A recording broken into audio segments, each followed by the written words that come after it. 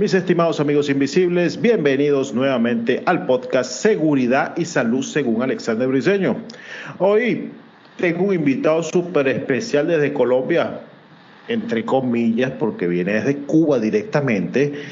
Nada más y nada menos que Ricardo Montero Martínez, pero no hay nadie mejor en el mundo que Ricardo para que nos diga quién es. Adelante, Ricardo. Hola, buenos días, Alexander. Gracias por la oportunidad de esta entrevista y tener un contacto con los amigos invisibles. Pues sí, soy Ricardo Montero Martínez, soy ingeniero industrial de base. Hice la ingeniería en la Universidad Tecnológica Cubana, se llama así hoy, José Antonio Echevarría. En mi tiempo se llamaba Instituto Superior Politécnico José Antonio Echevarría, sito en La Habana, Cuba. Y ahí también hice una especialización en organización del trabajo, hice una especialización en diseño asistido por computadora y finalmente no me dediqué prácticamente a ninguna de estas cosas, sino que dirigí mi vida y mi trabajo a la ergonomía, la seguridad y la higiene industrial, haciendo también un doctorado en esa misma universidad en el año 1995, y a partir de ahí dediqué toda mi vida a los temas estos de, repito, economía, higiene y seguridad, más en el ámbito organizacional. Ese soy yo.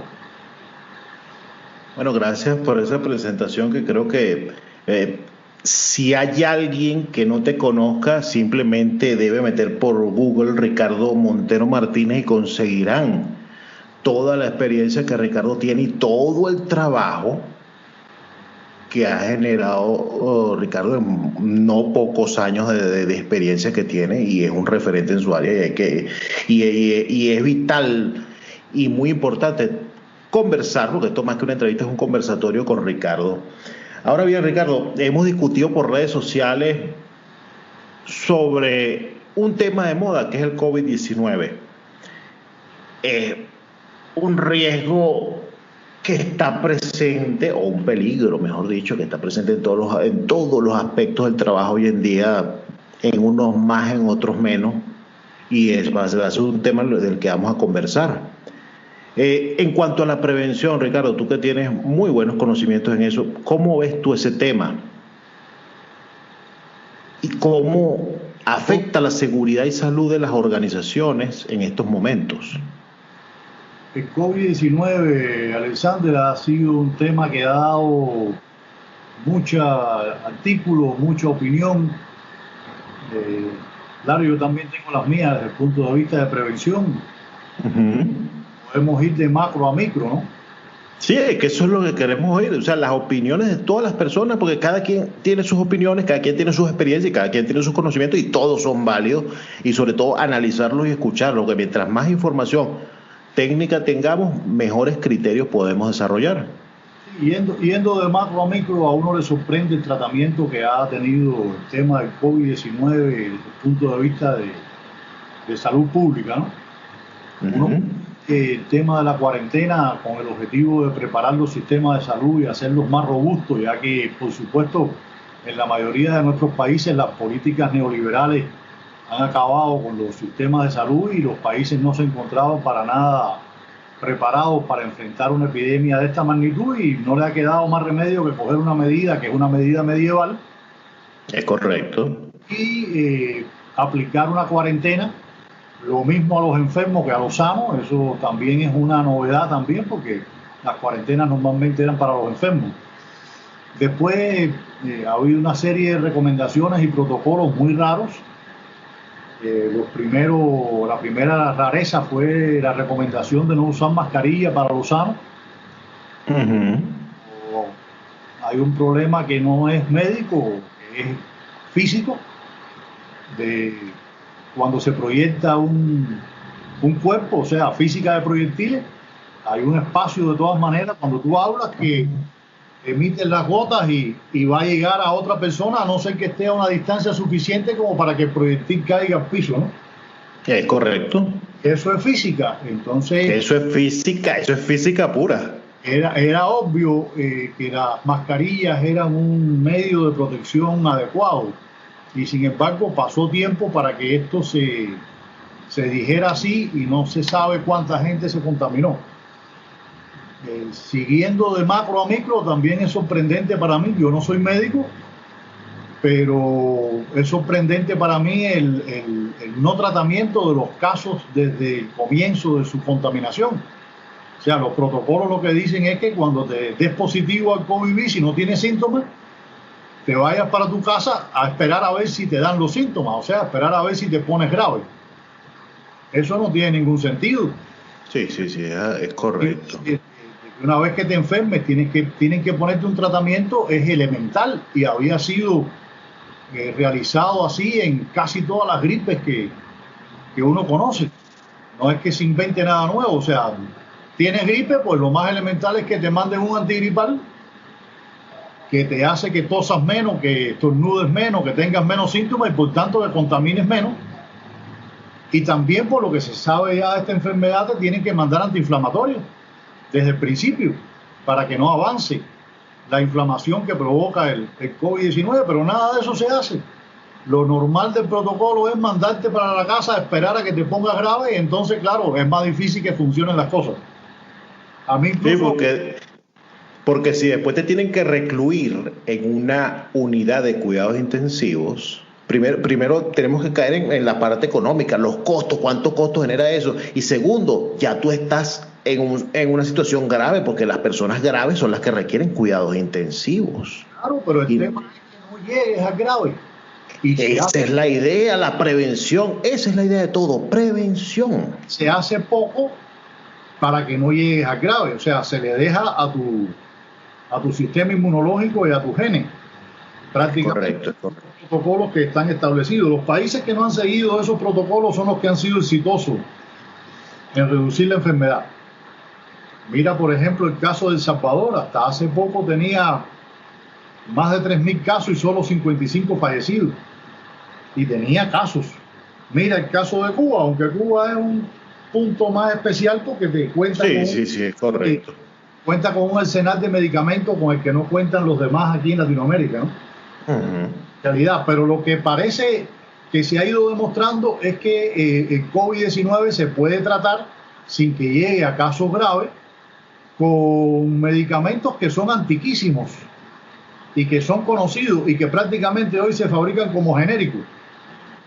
Es correcto, por lo menos los antiinflamatorios. Claro, el ibuprofeno es algo que es muy normal en cualquiera de nuestros países y está y se fabrica y se vende, igual que los antigripales. Entonces, desde el punto de vista macro, uno se encuentra que la OMS felicita y salta de alegría cuando Inglaterra encuentra que la dexametasona ha tenido un efecto importante para resolver los casos de muerte en pacientes graves. Y eso está bien. Pero ¿por qué no publicitan que hay que hacer tratamiento precoz desde el principio de la enfermedad y no esperar a que la gente se ponga grave? Eso siempre me ha resultado muy raro. El hecho de que se defienda de que la única solución de esto es una vacuna, yo que estuve en el campo de las vacunas, no estoy para nada seguro. Sí sé que es un buen negocio, sin duda, pero no estoy para nada seguro de que ni siquiera esto se tenga que esperar a que exista una vacuna para resolverlo. Hay tratamientos tempranos que todo el mundo los puede seguir y se logra que no haya fallecido. De nuevo, ahora sí, mira el caso de Cuba. Prácticamente en un mes tiene 2 fallecidos en el último mes. ¿Por qué? Por el tratamiento temprano a todo el mundo y por el seguimiento epidemiológico. Bueno, eso es la parte macro. Repito, hay muchas interrogantes para mí en la forma en que se ha tratado este tema desde el punto de vista de salud pública. Hay algunas cosas que no entiendo y que deberían ser mejores. Desde el punto de vista micro, el retorno al trabajo pasa por una serie de medidas que yo creo que bastante bien se han ido exigiendo por parte de los reguladores para volver al trabajo. Hay una hay una cosa que ayuda, que es la percepción de riesgo. Efectivamente, se percibe este peligro del COVID como un riesgo elevado por parte de las personas, lo que hace que en las empresas se puedan, por lo general, resolver los asuntos que exigen los reguladores, ¿no? El hecho cumplir la ley. Sí, cumplir la ley, el hecho de la desinfección a la entrada, el hecho de la toma de temperatura, que yo siempre me he preguntado hasta dónde realmente es un buen indicador, porque cuando tú empiezas con esto, tampoco tienes temperatura elevada, ni mucho menos, ¿no? Y ya puede resultar, pero bueno, está bien, puede resultar más difícil que alguien con temperatura elevada intente ir al trabajo o intente viajar, etcétera, por la percepción de riesgo que existe, pero siempre puede escaparse alguno. Correcto. El uso de la mascarilla, que yo creo que es esencial en este tema, no se puede resolver, por supuesto, la detección de las personas asintomáticas, que solo con pruebas pueden salir, y cualquier otra medida de ingeniería que se vaya probando que puede servir incorporarla al acervo de estos temas, ¿no?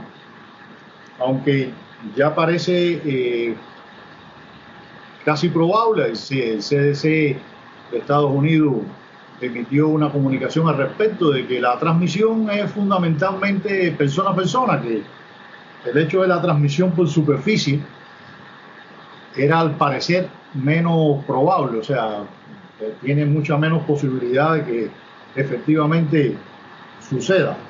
Este virus tiene un diseño que está hecho para la transmisión persona a persona con un alto grado de contagio, mucho más contagioso que los virus que le precedieron, por eso ha sido tan difícil su control. Y el principal control hasta ahora sigue siendo responsabilidad de la persona. El uso de mascarilla, el uso de máscara, el lavado frecuente de manos, lo cual es evidente. Aprender a no tocarse la cara, eso es muy difícil, pero creo que mucha gente lo ha ido logrando, ¿no? Sí, eso es vital en este caso. Y fíjate, Ricardo, te interrumpo un momento porque yo ayer estaba leyendo el trabajo del Instituto de Epidemiología de Italia y de verdad está dando en el clavo en lo que exactamente estás diciendo, en lo que es materia preventiva.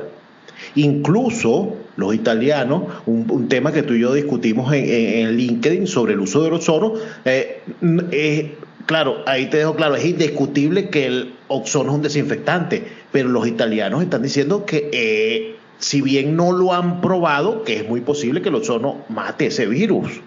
Pero ahí es donde te digo los intereses, porque hay tantos intereses en decir que el ozono no sirve. Y no sale a reducir. ¿Cómo digo yo que el cloro mata al virus y el ozono no? Si bien cuando hablamos de poderes de desinfección, concentraciones y tiempos, las cosas varían, pero ¿cómo ves tú ese asunto? Yo creo que lo que falta es probar. Es correcto, 100%, la prueba científica. Teóricamente pueden haber relativas especulaciones y algunas pueden ser ciertas solo a partir de lo que se conoce previamente, ¿no? Ahí lo que pasa es que a veces se niegan cosas sin pruebas científicas, y es lo que hemos discutido tú y yo algunas veces. O sea, sí, es correcto. Yo no digo, por ejemplo, con los temas de los túneles de desinfección, hablamos claramente, o sea, yo no digo que la medida sea una medida efectiva, ¿no? Yo lo que digo es que a veces los argumentos para decir que no sirve son argumentos que no tienen lógica. Por ejemplo, hay quien dice, no sirve los túneles de desinfección porque si la persona está infectada, eso no va a matar el virus que lleva adentro. Pero claro, la medida no es una medida curativa, es una medida preventiva, es para antes de que te infeste, no es para después que te infeste. Entonces, ¿cómo me vas a poner eso como argumento del tema? De que no mata al virus que lleva adentro. No, claro que no lo mata, ni bañarse, ni lavarse las manos lo mata tampoco. Sí, es correcto. Tu punto de vista es 100% correcto en ese caso. No tiene sentido. Entonces, Claro que hay que luchar contra todo el que trata de especular con esta situación. Esta situación del coronavirus ha provocado mucha especulación, incluso mucho robo y mucha estafa. No, y Ricardo, te doy un ejemplo. Aquí en Venezuela, tú sabes todos los problemas que tenemos en Venezuela. O sea, ¿tú crees que puedes haber hijos de su madre que venden aquí esos equipos entre $2,000 y $5,000? Una ducha. Y me tocó el caso, ojo, esa parte yo no la puedo publicitar porque no lo puedo hacer públicamente, pero ver donde a la gente la desinfectaban con cloruro de sodio, o sea, sal de mesa. Dígame usted qué bacteria, virus o lo que sea mata el cloruro de sodio. Y lo instaló una alcaldía, o sea, un ente gubernamental de Venezuela. Sin soporte científico, sin soporte técnico ninguno. Ok, tú me dices que le echas cloro a la gente por encima, diluido. Bueno, la eficiencia y su eficacia está discutible 100%, pero cuando tú me dices que le vas a echar sal o que le vas a vender eso, como vi varios casos en Colombia que me mandó mucha gente de allá, que la gente le estaban echando un desinfectante que lo diluían 100,000 veces para la cantidad que lo usaban, eso viene al caso de lo que estamos hablando. Pero yo siempre digo que la culpa no es de los vendedores. No, la culpa es del comprador. La culpa es de los compradores. Claro que sí. Aceptan cualquier cosa sin ninguna certificación técnica. O sea, eso ocurre mucho en nuestra profesión. Así es. Nuestra profesión tiene mucho esas características, no solo ahí. O sea, yo escuchaba, por ejemplo, un podcast que le hiciste a Javier Llanesa, ¿no? Y crítico de lo que él llama vendedores de humo. Es correcto. Que son la gente que vende supuestas soluciones que no son soluciones nada. Es correcto. Yo siempre digo, pero ellos son vendedores. Y el vendedor siempre va a tratar de obtener dinero a partir de cualquier cosa, incluso a veces se las cree. Pero es lo que le enseño yo a mis estudiantes siempre.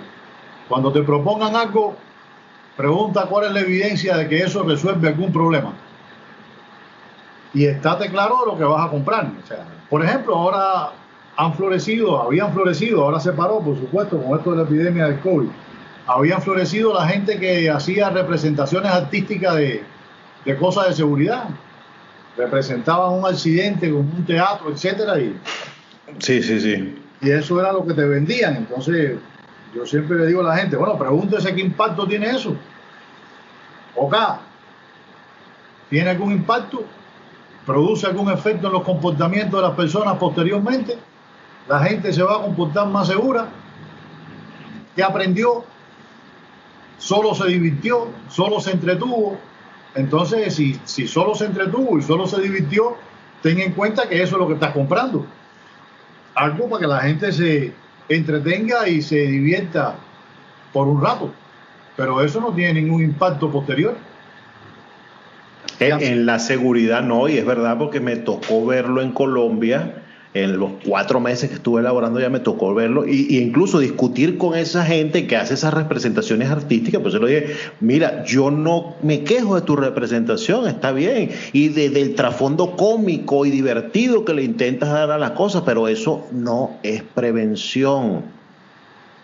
Como tú lo dices, como tú bien lo dices, no es que yo te simule aquí un accidente y lo haga un payaso y lo haga una señora. Pero eso al final, ¿qué conocimiento te genera? ¿Qué nivel de reflexión te genera a ti como persona lo que se debe hacer y lo que no se debe hacer?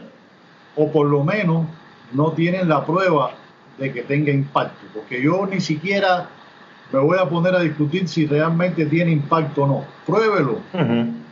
Eso es el 100% lógico, y es una de las cosas que muchas hemos discutido, por lo menos por LinkedIn, que hemos estado discutiendo. O sea, simplemente hay muchas opiniones, simplemente tenemos que esperar pruebas científicas, pero ojo, de verdad, como tú decías al principio, hay un trasfondo extraño, porque cuando a alguien no le interesa, si yo te estoy vendiendo Oxono para desinfectar por lo menos, y yo no estoy presentándote pruebas científicas, mira, sí, el ozono mata el COVID-19, el ozono mata lo que sea, ok, perfecto, vamos a aplicarlo, pero es raro que haya intereses que me digan que yo no debo hacerlo.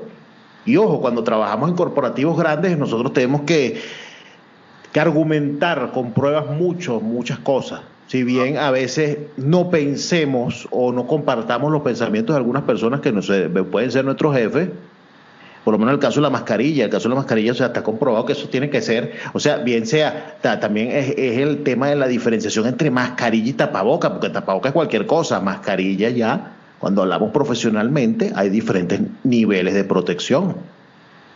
Exacto, y está claro, necesita una mascarilla profesional que trabaja en salud pública, que tiene una exposición a una carga viral probablemente mucho mayor que la de los demás. Yo siempre he dicho que es pura física, o sea, mientras mejor sea la máscara, por supuesto, menos riesgo vas a tener. Pero cualquier máscara que uses te va a reducir el riesgo. Es correcto. Siempre, claro, no se debe suponer que debes usar un pañuelo de mascarilla cuando estás trabajando en una clínica donde te llegan pacientes con COVID-19, o sea, enfermos. No, Ricardo, y fíjate una anécdota cómica que me hace que esta mañana me preguntan, Alexander, yo necesito para salir a correr, necesito una mascarilla. Yo le digo, hermano, no necesitas nada, tú simplemente sales a correr, estás al aire libre. Las pruebas y los estudios que están hechos de transmisión del COVID-19 están hechos en laboratorio y en espacios cerrados, no al aire libre, que era lo que tú decías al principio, el contacto o donde está demostrado el contagio hasta ahorita en todos los estudios, por lo menos los italianos es una cosa cómica, los italianos son los únicos que le han hecho autopsia a la gente que se ha muerto de COVID-19, y cuando tú te pones a analizar los números y los casos de ellos son, o sea, se han puesto a meter en la lupa fuera de los parámetros y las recomendaciones de la OMS o de la OPS, que como tú lo decías, hay mucha tela que cortar en ese juicio, porque de verdad, y no tengo problema en decirlo aquí en mi espacio, yo no confío en ello, porque no sé si tú conocerás lo que se llama el libro rojo de la OMS, que son los protocolos de actuación en caso de cualquier pandemia, que no son nuevos, son del año 2005, 2006, creo que fue que la última reedición del libro rojo. Ahí se tratan temas como viruela, ébola y cosas sumamente graves, y a la gente se le olvidó eso. Incluso a la misma OMS se le ha obligado sus protocolos de actuación en esos casos. Así mismo. Yo matizaría un poco la recomendación que le das a tu amigo que te preguntó. Yo le diría, lleva mascarilla. Mientras estés corriendo y no haya nadie al lado tuyo, no la uses. Tan pronto te acerques a personas, úsala. Eso es correcto, ahí sí vale la pena matizarlo en ese sentido, porque el asunto es el contacto con las personas. El asunto es el contacto, o sea, estás al aire libre, el nivel de riesgo es bajo. Mientras estés lejos de las personas es muy difícil que te llegue nada con una carga viral que tu organismo no pueda resolver, pero una vez que te acerques a personas, pues de nuevo la recomendación es 2 metros y usa mascarilla, 2 metros mínimo y usa mascarilla. O usa algo que impide que cualquier gotica o cualquier aerosol pueda llegar a ti y tenga probabilidad de ser detenido. Yo creo que eso va a durar bastante. También creo que este virus poco a poco va a ir mutando a tener menos virulencia, pero no difícilmente disminuya el nivel de infectabilidad, o sea, la capacidad de infectar que tiene, ¿no? Y también creo que a medida que se vayan aplicando tratamientos más tempranos para el control de la gripe, pues se pueda resolver sin que haya tantos casos graves. O sea, la realidad es que, salvo excepciones, no hubo, sobrellenado de las capacidades instaladas en las UCI de los hospitales de los países, de las regiones, de las ciudades. Uh-huh. O sea, unos casos específicos, ¿no? Sí, es correcto. Y cada vez llegan menos gente a niveles graves y a niveles críticos. Yo creo que se está empezando a reconocer el hecho de la necesidad de tratamiento temprano de la enfermedad. Repito, yo no soy médico, estoy repitiendo lo que he oído de médicos que han sido muy exitosos en el tratamiento del COVID, que nadie los oye y que no se les hace publicidad ninguna. Realmente, Curiosamente no se les hace publicidad, porque ojo, ni Ricardo ni yo somos médicos, no estamos dando recomendaciones de carácter médico, sino simplemente estamos comunicando lo que estamos escuchando y que es verídico. O sea, hay muchos médicos dando opiniones totalmente diferentes en qué hacer y cómo hacer, y hay gente que los órganos reguladores no los están escuchando. y tampoco los medios de comunicación le están dando el espacio para que expresen sus opiniones. Eso resulta curioso, de nuevo, en todo este medio. Pero en fin, yo creo que también, Alexander, esta situación le ha revalorizado un poco en las empresas el papel de la seguridad y salud en el trabajo. Le ha dado un protagonismo o ha contribuido a que tenga un protagonismo. Eso, desde el lado nuestro, ha sido positivo también.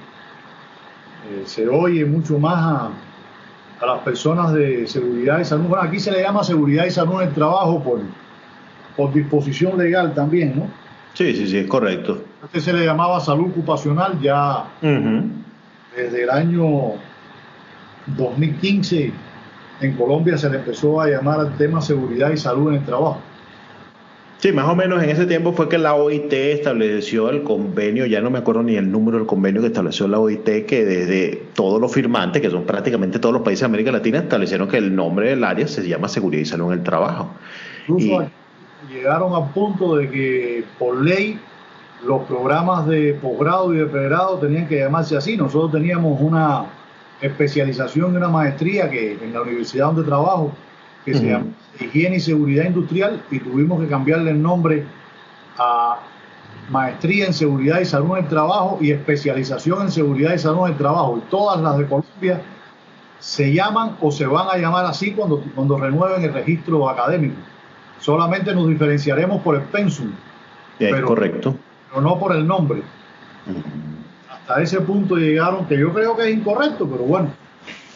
Sí, son puntos de vista, y también está sumada la burocracia que tiene que ver con lo que es la educación. Eso es otro tema largo que discutir. Ahora bien, Ricardo, ya hablamos del COVID-19 y los aspectos preventivos y nuestras opiniones que tenemos ahí en ese tema. Una pregunta que siempre es obligatoria a toda la gente que yo entrevisto acá: ¿cómo ves tú el futuro de la prevención a nivel global, a nivel de Colombia? ¿Cómo lo ves tú? Yo creo que la prevención tiene cada vez más espacio en el mundo diario, ¿no? O sea, no solo desde el punto de vista de las organizaciones de producción y de servicios, sino de todo tipo de organización social en la que nosotros vivimos. Es un espacio que se va a ir ampliando. Por necesidad, el conocimiento sobre los procesos de gestión de la seguridad y la salud industrial, que es diferente a la ocupacional, incluso de general de salud pública, va a aumentar el nivel de conocimiento. De hecho, esta situación ha aumentado el nivel de conocimiento que tiene la población en general, los líderes en particular, sobre la prevención. Hay un tema que es la prevención dura, que es la aplicación de la ciencia y la técnica a las medidas de control de riesgo.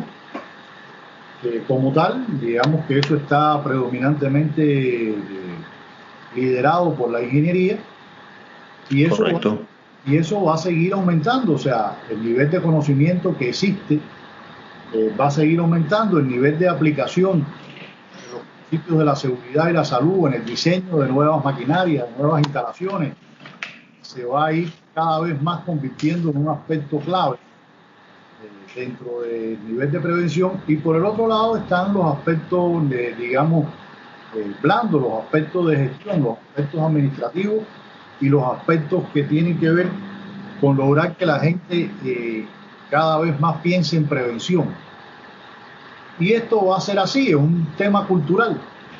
A medida que la cultura en general va mejorando, pues eso incorpora una gestión de riesgo que llega hasta el nivel individual en el momento en que tú empiezas a preocuparte en qué comes, qué haces, etcétera, para que tu salud sea cada vez mejor.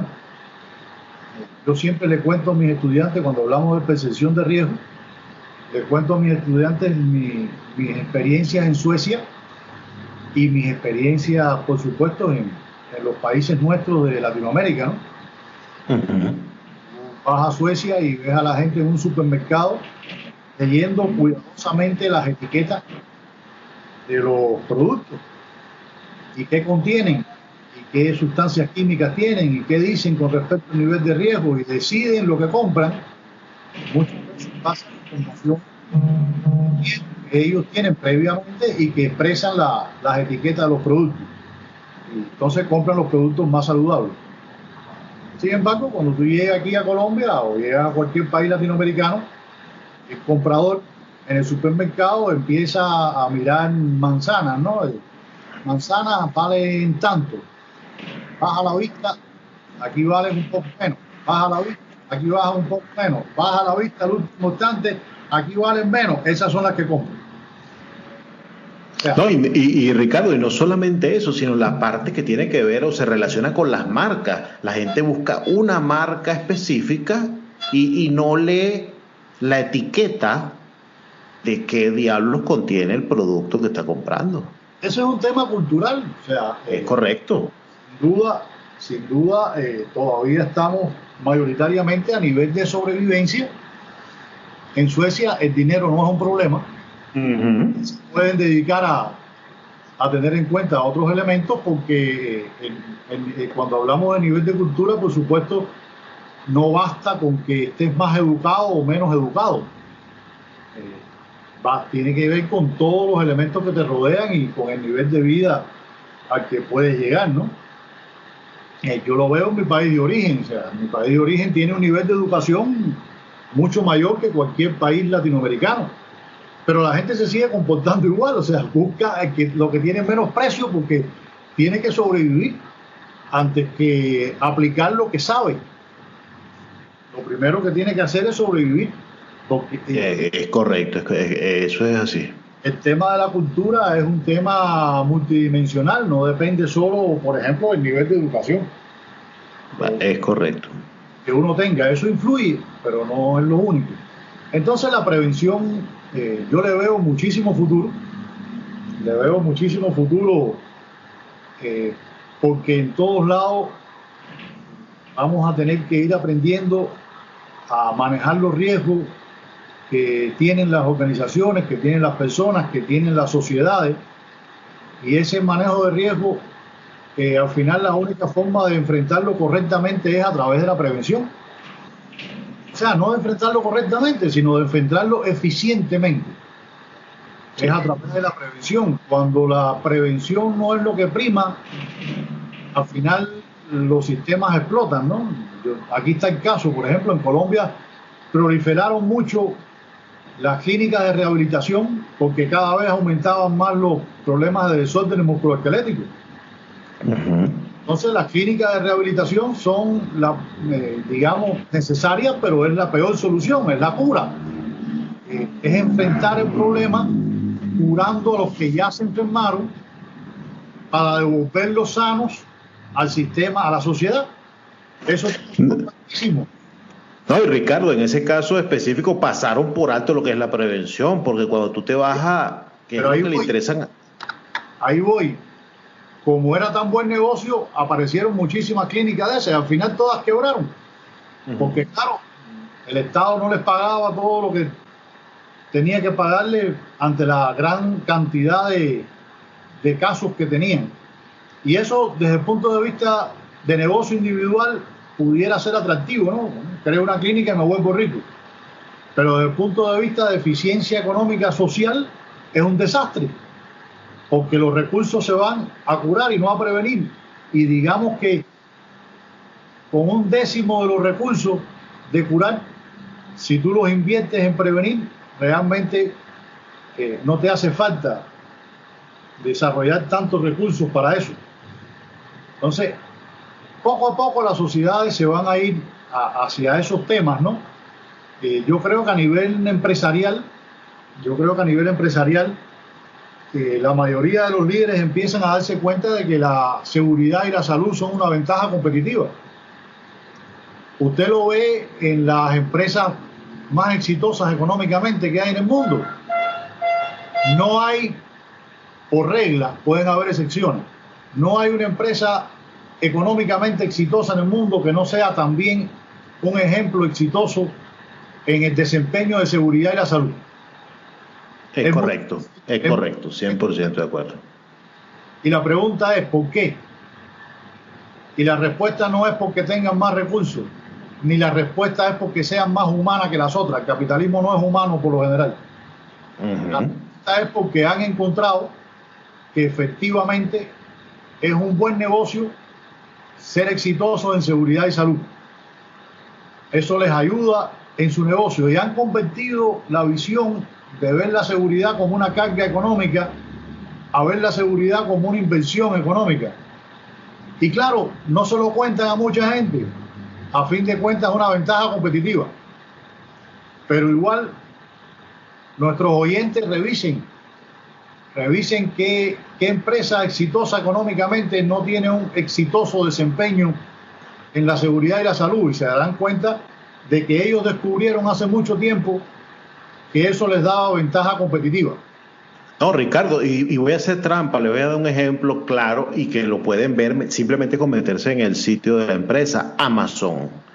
Amazon tiene 500,000 demandas por malas condiciones de trabajo, por malas condiciones de trato a los trabajadores, pero métase usted en el apartado de Amazon de seguridad y salud en el trabajo y vea lo que ha hecho Amazon en los últimos 6 meses. Y va a dejar a mucha gente con la boca abierta, porque es un ejemplo lapidario, y hay ejemplos como Google, como Apple. Si bien hay empresas que transportan los problemas de un sitio al otro, pero hay muchos ejemplos, como tú dices, que vale la pena analizar, y es verdad, siempre el dinero va a estar de por medio, porque cuánto gasto, cuánto gano, esa ecuación ahí es difícil sacarla de lo que es prevención, y el que no lo admita o no lo entiende ahorita, simplemente no sé en qué piensa.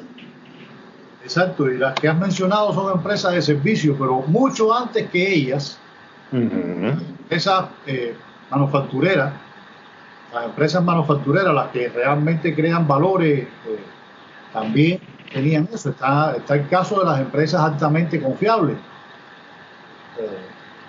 que son empresas que tienen niveles de riesgo muy altos y operan a un nivel de confiabilidad también altísimo.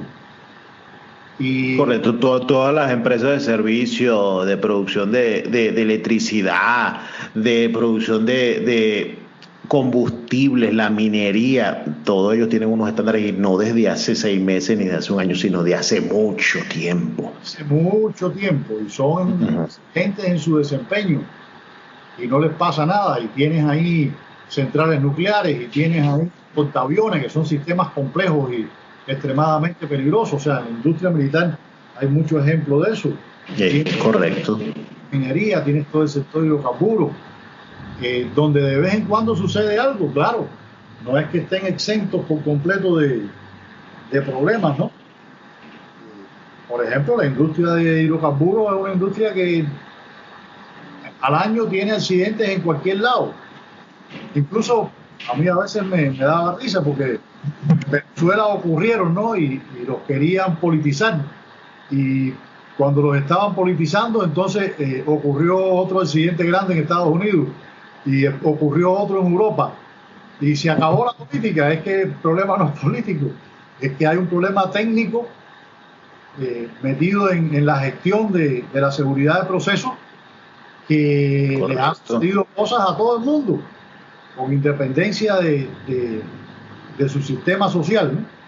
Incluso con independencia del nivel de desarrollo del país. Sí, es correcto, porque ese tipo de accidentes pasan aquí en los Estados Unidos y en Arabia Saudita, cuando estamos hablando de países petroleros, pero también pasan en Colombia, en Ecuador o en cualquier otro país pequeño en producción petrolera. Y eso es hablando de esa área, es así, porque hay muchos procesos, mucha maquinaria y mucha gente metida de por medio. y donde quiera que falla la gestión de seguridad de procesos, que es diferente a la gestión de seguridad ocupacional, pues también pasan esas cosas, ¿no? Y ya se ha ido demostrando desde el accidente, especialmente desde el accidente de la plataforma de British Petroleum en el Golfo de México. Empezó, correcto. Ya antes existía, pero a partir de ahí empezó una fuerte revelación de que la seguridad de procesos no se gestionaba igual que la seguridad ocupacional, porque los orígenes de los problemas son diferentes. La seguridad ocupacional casi siempre tenía que ver con la persona y con la organización. La persona se cayó, o la persona tropezó, o la persona se cortó, o se dio un golpe que podía llegar a ser mortal, ¿no? Es correcto. Pero es de nivel de persona, mientras que la seguridad de proceso tiene que ver exactamente con la tecnología y con la gestión de la tecnología, la integridad mecánica de los procesos, de las máquinas, etcétera, más que con los orígenes de golpes, deslizamientos, caídas, etcétera.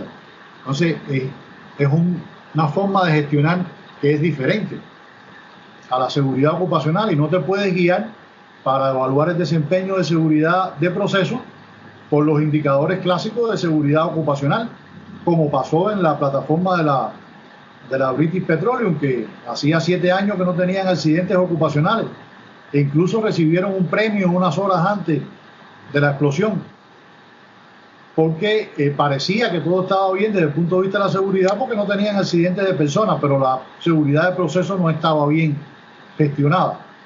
Y tan sí, es mal correcto.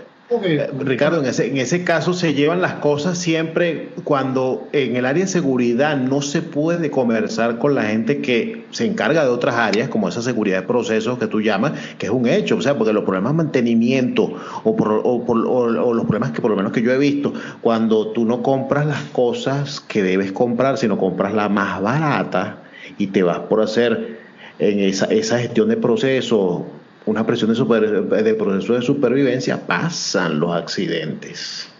También te transmito una enseñanza que le digo yo a la gente cuando hablamos de este tema, ¿no? Porque de las responsabilidades que he ocupado en mi vida, alguna vez me ocupé de compras también. Y yo siempre le digo a la gente, compras, va a comprar lo más barato. Siempre. Que cumpla con las especificaciones que tú le diste. Por tanto, no protesten, sino revisen las especificaciones. Lean. Si usted le dice a compra que quiere destornilladores de 30 centímetros y esa es tu especificación, compra te va a comprar destornilladores de 30 centímetros. Si se parten fácilmente, ese no es un problema de compra. Ese es un problema tuyo, que no supiste poner cuál es el acero que tú querías en los destornilladores. Entonces el problema no es de compra. No le eche la culpa a compra de que compró lo más barato. A compra la miden por eso, por comprar lo más barato que cumpla con los requerimientos. Entonces, donde hay que trabajar de verdad es en que la gente sepa lo que pide y pida exactamente lo que se necesita. Y ese problema no es de compra. Rara vez compras el culpable. Rara vez. Normalmente el culpable es el que manda a comprar, que no sabe lo que mandó a comprar, o que asume que compra tiene el conocimiento suficiente como para comprar bueno. No, compra es un financiero. Compras a alguien que te hace mediar entre ti y el suministrador. Tú tienes que saber lo que pide. 100% de acuerdo, pues esa es la pura verdad en cuanto a compra.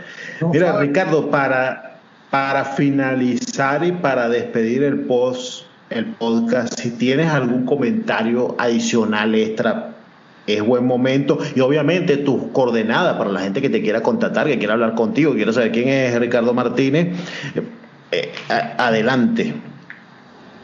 Yo invito a que cada vez se aprenda más sobre gestión de riesgo, que cada vez aumentemos más nuestros niveles de sensibilidad frente a cosas que son responsabilidad, primero empezando por uno mismo y después para la sociedad entera y para la empresa donde yo trabajo. Es muy importante que los especialistas en seguridad aportemos valor a las empresas donde trabajamos, a las organizaciones donde trabajamos, y no que nos vean como una carga que hay que resolver o que hay que traspasar.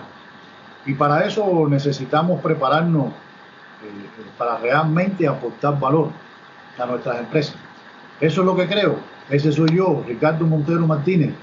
Quien quiera contactarme, tiene mi correo muy fácil, rmonteromartinez@gmail.com o rmonteromartinez@yahoo.com. Por cualquiera de los dos, con relativa rapidez voy a responder, salvo que sea día festivo o de vacaciones, que para mí son sagrados también, forman parte de poder estar bien equilibrado en la vida. Sí, hay que desconectarse de vez en cuando, ¿no? Y yo quiero aprovechar este espacio para pedirle disculpas formalmente a Ricardo por si alguno de mis comentarios por la red social LinkedIn, porque veo que mis comentarios hirieron a una cantidad de personas que me gritaron una cantidad, mejor dicho, me escribieron una gran cantidad de improperios. Y que, por cierto, yo les deseo el doble de lo que me desean. Le pido formalmente a Ricardo mis disculpas si alguno de mis comentarios lo hirió de alguna manera, que no creo, porque fíjense que estamos aquí discutiendo, argumentando cómo se deben hacer las cosas normalmente. Para nada, Alexander. Yo te confieso que una de las cosas que me agradó de ti, por las que empecé a leer lo que escribía, no fue tanto por la parte técnica. La parte técnica después me di cuenta que coincidíamos muchas cosas, ¿no? Sí. Pero lo primero que me agradó fue las declaraciones tuyas de que el que quiera leer esto lo lee y el que no, a mí no me importa. Porque es un tema interesante en las redes sociales, que la gente quiere que uno sea políticamente correcto siempre. Exacto. O sea, no, lamentándolo muchamente no, o sea, yo tengo una opinión, yo defiendo mi opinión, yo como Ricardo soy ingeniero industrial, yo estudié en una universidad, tengo especializaciones, ojo, no tengo que estarlas vendiendo ni publicándoselas a la gente en la cara, porque ese no es mi trabajo, mi sitio es donde yo presento mis ideas y las comparto. Si sale una persona del calibre de Ricardo, me dice, mira, esto, yo lo analizo. Y de las veces que he conversado con Ricardo, que hemos chateado por LinkedIn, he leído bastante, mire, y en muchos de los aspectos que él me ha dicho tienen toda la razón, y es innegable. Pero hay gente que todavía no entiende que el mundo es de pensamientos y de haceres y quehaceres diferentes, y no podemos todos meternos en un solo tubo y pensar y actuar de manera igualitaria. Y no hay mejor ejercicio intelectual que debatir con alguien que difiera de ti con respeto. Con respeto, siempre que no caigamos en insultarnos como personas y como seres humanos, todas las discusiones a todo nivel y en todo lugar están abiertas. Exacto. Por eso mucha gente que me discute cuando me escribe un comentario en mi blog me dice, no, pero que esto no sirve, por esto. Bueno, yo le digo, con todo gusto, usted escribe un artículo que niegue lo que estoy escribiendo, yo con todo gusto se lo publico, porque eso es el derecho a réplica. Si usted sabe más que yo, escribo un artículo y yo con todo gusto se lo publico, para presentar diferentes opciones, porque en la vida todo no es blanco y todo no es negro, y mucho menos color de rosa. Exacto, eso tenemos un alto grado de coincidencia. Por eso no, de alguna manera me sentí mal con ningún comentario tuyo, al contrario, eran a veces estímulos para poder intercambiar. No, eso, Ricardo, eso lo digo por simplemente pedir disculpas, y sé que hay gente que sí se sintió ofendida, pero no por el tema que estábamos hablando de los túneles de desinfección, que es un tema bien controversial, por cierto, sino por otro tema que yo estaba tratando. Pero como siempre, de verdad, Ricardo, muchas gracias, muy amena, otra de las mejores entrevistas que he hecho hasta ahorita aquí en este podcast contigo. Y como siempre, finalizo en que estoy disponible en todas las redes sociales, @seguridad y salud, @seguridad y salud BE, o en el blog, supuestamente el número 1 en seguridad y salud en el trabajo en español, seguridadysalud.org. Gracias por acompañarme y nos estamos escuchando.